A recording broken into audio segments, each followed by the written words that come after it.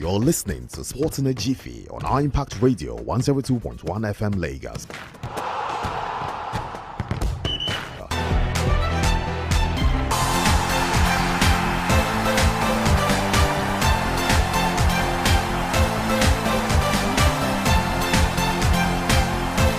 Sporting Jiffy is live on your radio. I Impact Radio 102.1 FM Thursday. Today, 7th day in the month of May, year 2026. Absolute honor and delight to be right here on your radio. Cool, cozy, calm and collected morning right here in the industrial city of Lagos. If you're out there right now, I hope that you're out with your umbrella. And if you're not out yet, please do well to get your umbrella along with you because it looks like it's going to be a pouring day right here in this part of the earth. Stay safe out there, guys. Make sure to stay safe. Don't forget, I always tell you that you should make sure that you get your favorite beverage. Might be tea, might be coffee. This time, a hot one would do really, because of course, looks like a bit of cold outside this morning. Welcome aboard this ride. We've got a whole lot to share with you on the show, and I tell you so much to talk about, so much to look into. Last night, we saw the second semi-final of the UEFA Champions League. Well, like I mentioned to someone after the first leg, I said we might not be seeing a repeat of that first leg because that first leg was a bit of chaotic football.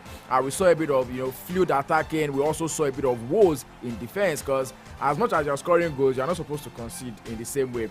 But then that points a picture of exactly what problem Paris Saint-Germain might be having going on into the final. You cannot trust Sovanov all that much. Well, welcome aboard this ride once again. 1-1 it ended between Bayern Munich and also Paris Saint-Germain in the second semi-final last night. We already know that by May 30, Arsenal are now going to be squaring up against Paris Saint-Germain. This PSG side only missed out on one trophy in the year 2025, and that has to be the Club World Cup champion, Biwa. But then it's a story for another day right now. I'm not alone in the studio. I've got Sira and also Warit with me in the studio. Welcome to the show, guys.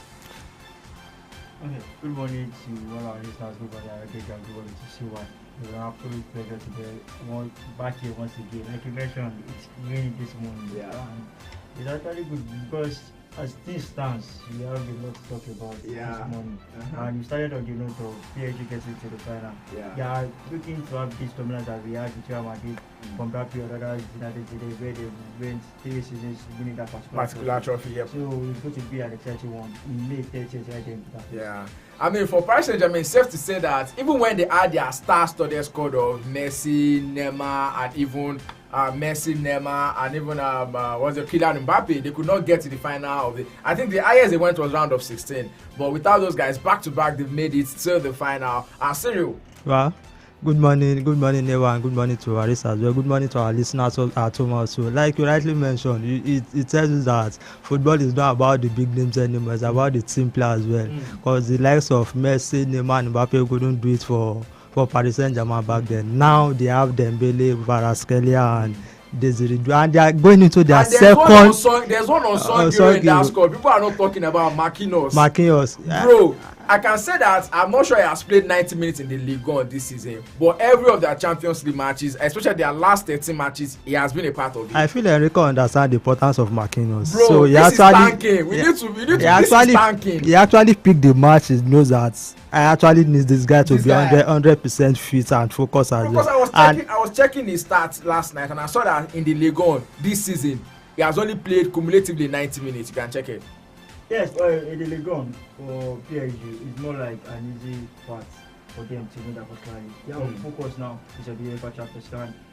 When it comes to the biggest stage, you need the most experienced player. And Marquinhos is that kind of player. Like you mentioned, the age is not also on the side, so you have to manage his minutes to have the pace for certain players such as Marquinhos, and he has done that. Imakwachu has partnered there, and it's a good one for him. So for someone that before he had Enrique coming, he has never won the UEFA Champions League, and seeing that this PSG side is looking to do it some back to back.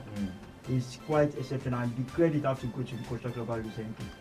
Okay, talk about the credit going to the coach. Well, let's not dwell much on the Champions League. We'll still come back to it because we got so much to talk about, so much to look into. Let's go straight into other stories coming through on the show this morning. Right from the home front, right there at the Remo Stars International Stadium in Ikene, we are seeing the Nigerian National League Super 4 currently on the way. And yes, Sporting Lagos have now won their first 2 matches. Yesterday they trashed Doma United. A spirited and a commanding second half performance by the Lagos-based side, helping them to dismantle Doma United 4-0. They are now moving within touching distance of the NNL Super 4 title. For Sporting Lagos, honestly, it feels like this is, in football they always tell you about being prepared and also getting to your peak at the right time. Yes, for Sporting Lagos, they have done amazingly well this particular season in the NLL, and now they have continued to hold their form from the NLL to the Super 4.